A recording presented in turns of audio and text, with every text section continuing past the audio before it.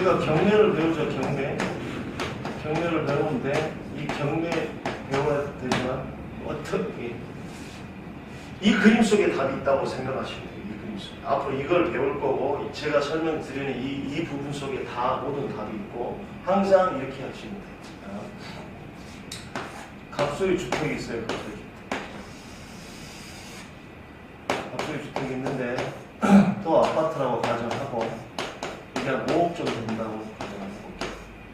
그런데 이 아파트의 값이 어쨌든 임차인도 살고 있거든요.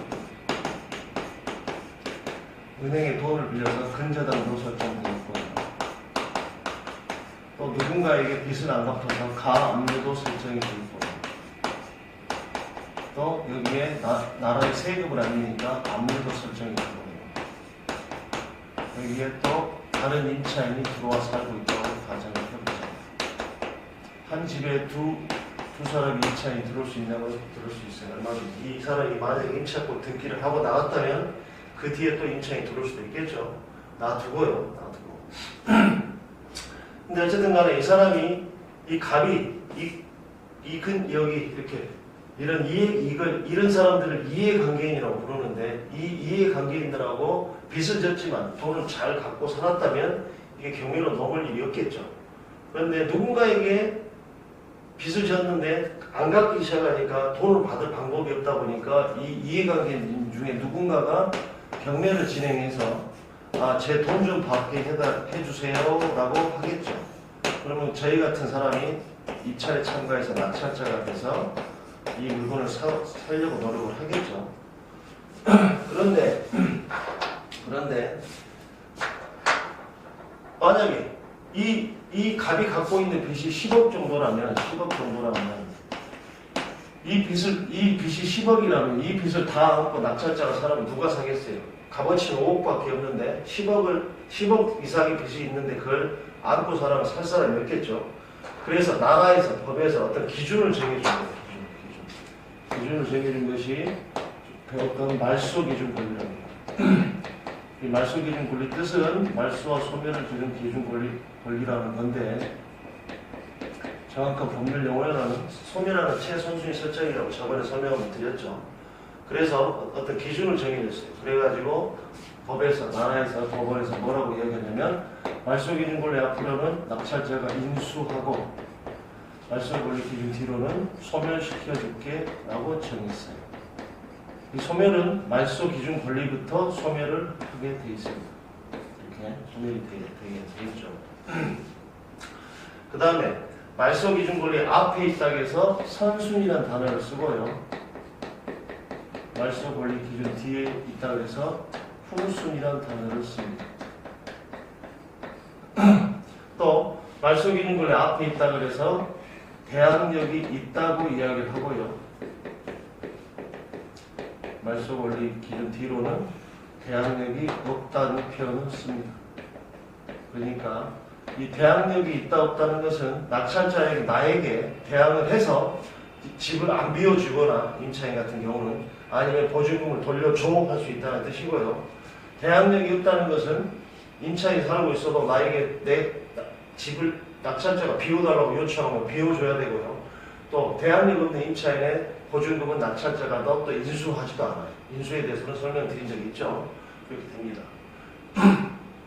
그런데 우리 낙찰자는 세 가지를 알아하셔야 돼요. 꼭 이런 순서로 권리 구성하세요. 첫 번째, 소유권 이전이 나한테 온전히 되는지 안 되는지를 잘 판단하셔야 돼요.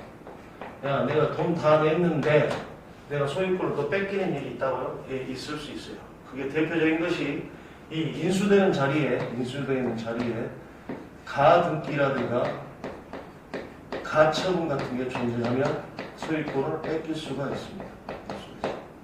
신고 다 해보면 이 가처분이라는 단어의 앞에 처분금지라는 단어가 생략되어 있다고 생각하시면 돼요.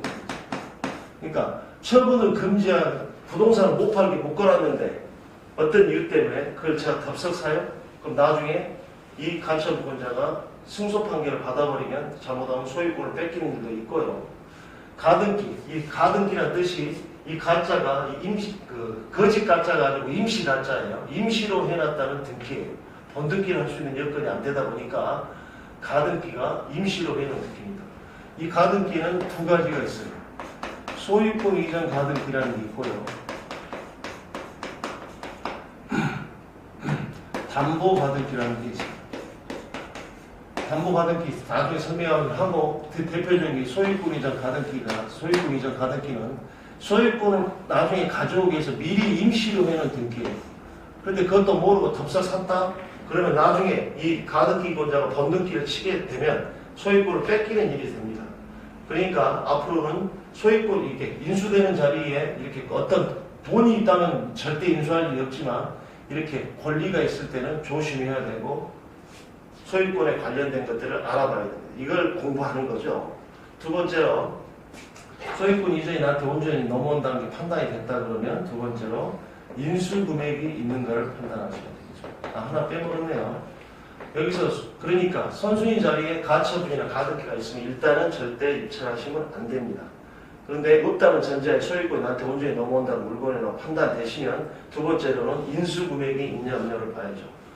이 인수 금액이라는 것은 이 임차인이 여기 가정해볼게요. 2억에 산다고 가정해볼게요. 근데 이걸 인수한대요. 인수. 그럼 그게 어떤 뜻이에요? 이 아파트가 5억이니까 내가 2억을 인수해야 되니까 그걸 빼야 되겠죠. 2억을 빼서 3억 이하로 입찰을 보셔야 돼요. 3억 이하. 만약에 3억 입찰을 볼 것 같으면 매매와 경매 차이점을 설명해 드렸듯이 그냥 매매로 사시면 되죠. 굳이 뭐하러 이걸 경매를 합니까? 최소 4, 5천 이상은 싸게 사시려고 싸게 살 수 있는 물건들을 찾으셔서 권리 분석을 해가지고 사셔야 되겠죠. 그래야 저한테도 이윤이 생기겠죠. 여기서 힌트를 하나 더 드리면 임차인이 없다 그러면 인수 금액이 없는 겁니다. 왜? 소유자가 살고 있기 때문에 그 소유자 돈을 인수하는 건 아니니까요. 세 번째로 명도 이사입니다. 권리 분석은 2번까지 하시면 끝나지만 이 명도 이사까지도 해야 권리 분석에 넣어서 한 번씩 해보는 습관을 가지셔야죠. 왜? 어차피 여기까지 끝나야 제가 경매로 낙찰을 받았어도 나중에 이사 비용이라든가 여러 가지 문제점을 발생할 수 있는 부분들을 미리 알고 입찰하는 것과 모르고 입찰하는 것 큰 차이점을 발생하겠죠. 자, 경매와 매매 큰 차이점 중에 하나지만 이 그림 속에 답이 다 있습니다. 이 그림을 잘 이해하고 계시고 머릿속에 담아두셨다가 권리 분석하실 때, 물건을 보면서 권리 분석하실 때 이렇게 순차적으로 써보면서 이렇게 대입해 가시면서 이런 순서대로 권리 분석을 하셔야 이 경매하신 분들이 큰 손해도 안 볼 수 있고 그 다음에 또 이렇게 권리 분석을 순서대로 하셔야 돼요.